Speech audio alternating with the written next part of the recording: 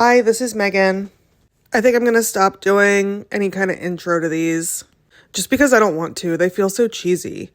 I think if you read the description of the podcast and the episode, you got it. I don't even really want to say my name. It's just an interruption to my thought process. I just want to, hit the ground running and just start yapping about something. This is really why I never did, intro music to this. I mean, one, I don't know how. But also, it just seems, really cheesy. I just want to, flaunt the convention. Even though, it's even if it's a reasonable convention, I don't want to fucking do it. That's, my life philosophy. I'm just a contrarian. Anyway, that's 44 seconds of me talking about why I don't want to do an intro, which is, longer than if I had just done an intro. So, I'm back from Thanksgiving. I took a week off. I did not mean to take a week off. I just poorly planned it. For some reason, I thought that when traveling to visit family, I would still be able to record. And I don't know why I thought that. First of all, I wasn't alone very much. Not really at all. And second, my parents' house is pretty small. You can kind of hear things that are going on throughout the house. So, I couldn't have spoken freely without people asking what I was doing, and I don't really want them to listen to my podcast. So that was a terrible idea, but I'm back. Listen, I'm not a professional here. So for this episode, I'm going to talk about some of the drawbacks of going part-time at my job. As you know, I'm only working 20 hours. This was what y'all mostly wanted to hear on Instagram when I gave you a few options. This was the most popular one. And to be honest, I can't think of that many drawbacks, but I can think of a few. It's not all better than working a full-time job, of course. I know I've mentioned before the lack of benefits. I'll talk a little bit about that. I think that's probably the most common one that scares people away from going part-time. That and just the general budget constraints. Probably the hardest benefit to lose was PTO and sick time. My company split them up. So before I would have PTO, I'd have sick time, and I would always max those out. I would take every last drop of time off that I had. And then we actually got extra time off the year in 2020 for COVID, and I took all of that too. To me, it's I'm working for free if I don't take those days, And I don't get those anymore. I don't get any time off. I don't even get holidays. I didn't work Thursday or Friday for the week of Thanksgiving. I don't get paid for that time. And that makes it kind of hard. Of course, I'm only working 4 hours every day. But there are some days where I just don't feel like working at all, either because I'm sick or I just don't want to, which is often how I use sick time. I would just wake up and be like, nope, it's not happening today. I'm going to call in sick. And I can still do that. Nobody yells at me if I don't work. If I say, hey, I'm not feeling well today, I'm not going to work. But I don't get paid for it, obviously. So I've ended up working days when I didn't feel that great. Again, it's just for 4 hours. It's not terrible. I can go through a lot. I can withstand a lot for 4 hours. But definitely some days where I just didn't feel up to working at all. And I have taken days off since I started working part-time for that reason too. If I just felt like I couldn't slog through it.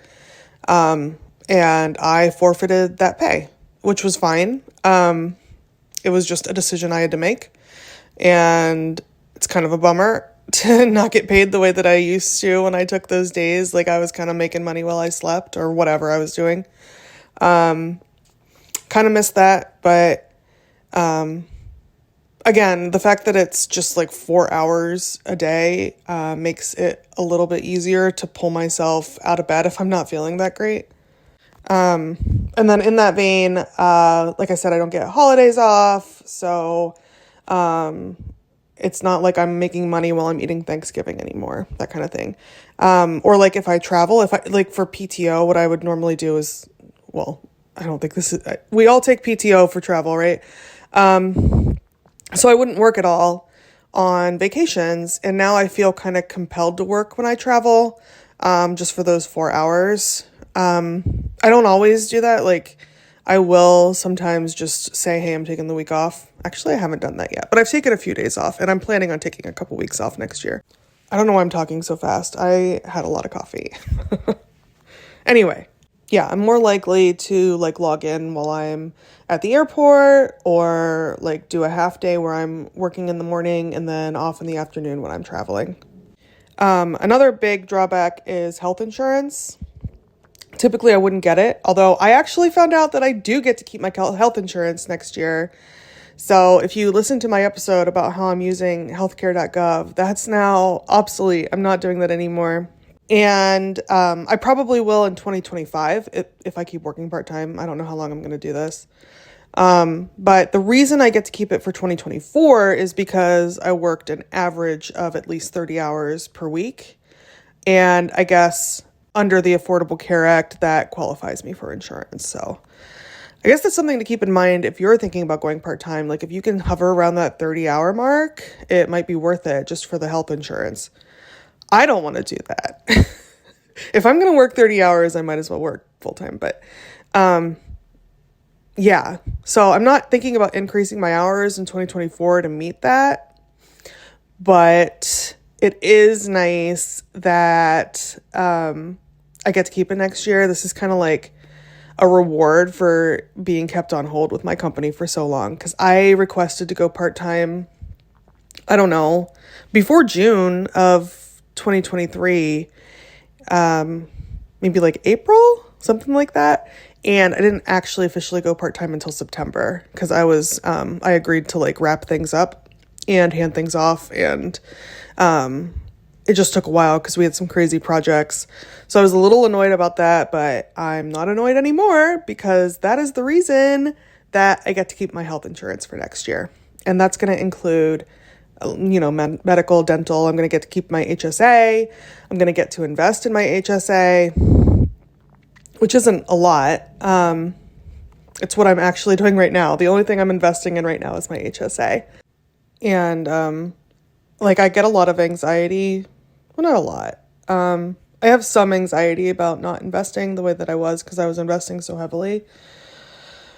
But the fact that I'm using at least my HSA, which is really the best account. I mean, it's not like a lot of money, like I said, but it's the best on paper. The fact that I still get to invest in that for this year and next year has kind of eased my mind a lot. My company's a little bit weird, moving on to other benefits that I've lost. My company's a little bit weird in that the 401k match is pretty small, but then we also get pensions. So I'm obviously losing my 401k match, but again, that wasn't like all that much anyway, so I'm not too sad about that. I would be if it were higher. What I am sad about is losing the pension, because that was where a lot of my contributions from my employer went. And I still I'm vested, so I get to keep the money. It's in there, but they're not contributing anything to it anymore. Moreover, the thing that really annoys me is that I can't withdraw it and like I can't reinvest that money and like move it into another account or anything. As long as I'm at the company, it has to stay in my pension. And I both don't know, and what I do know, I would explain very poorly. But basically, it's invested so that it only gets like a 4% return. Like it's a guaranteed return, but I'd much rather put it all in an index fund if I could. And it's a decent chunk of money at this point. I've been at this company for 5 years.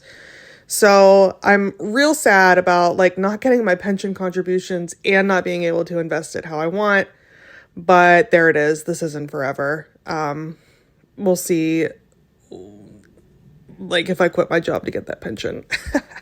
I don't think that would be the reason, but I've thought about it. That would be an advantage of quitting this job. Okay. Stepping out of like the benefit sphere of things. I think another thing that I've like struggled with, that's certainly a drawback, is the tighter budget. I'm not really spending differently, I guess, than when I was full-time, but it's less fun because when I spent like well below my means when I was full-time, I would have money left over to like invest or save or go on vacation.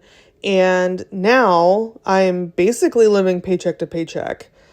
So even when I like am spending the same as I always have, I don't have that money left over. So it's just like the mental load of it is a little bit harder to manage. I've always been really into free things, but now I'm like really, really into free things and really, really into eating at home. I normally would eat out with like other people and then occasionally get like takeout for myself. I don't do that anymore. I basically reserve eating out for spending time with other people. I don't really limit it. Well, I mean, I guess I kind of do in that I don't have like a giant social circle, so it's not costing me a ton of money every month. But like if someone invites me out to dinner, I'll probably go out to dinner. However, if it's just me in my apartment and I'm having dinner alone, like I don't get takeout anymore. I cook it. It's not too sad because generally I prefer what I would make here to any kind of like probably, cheap fast food kind of crap that I would get for takeout.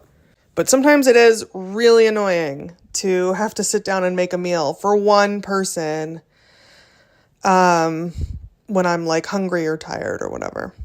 Luckily, that doesn't happen too much because I also have more time to cook. But, sometimes I have busy days. And kind of along with that, any like sudden major expense probably stresses me out more than it would have before.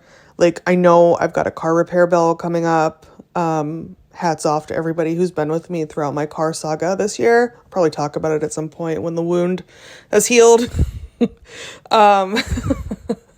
But I know that I've got this bill coming up and it's been kind of weighing on me. Like I know I'll be able to pay it, but it just isn't quite as fun. Not that it was ever fun to like pay it off, but I think I'd probably be more likely to be able to cash flow it under my full-time salary and like not even have to dip into savings at all. Now I don't have that luxury. I'm sure there are more drawbacks, but honestly, that's all I can kind of think of. Overall, the experience has been really positive. I think I'm going to have a hard time working full-time if I do that again. But there's definitely an element of risk to it, and there are sacrifices. So if this is something that you're thinking about, I hope this has been helpful. Hopefully you can make a more informed decision by learning through me and all of my experiences, mistakes, what have you. And thanks for listening. You can follow me on Instagram at bitch.fires if you would like. I love to see new followers. I don't have so many that like any new follow kind of slips in. If you follow me, I'll probably check out your profile and follow you back if you have, or I guess if we have shared interests in personal finance, since that's what I use that account for. Okay, I'll talk to you next week. Love you, bye.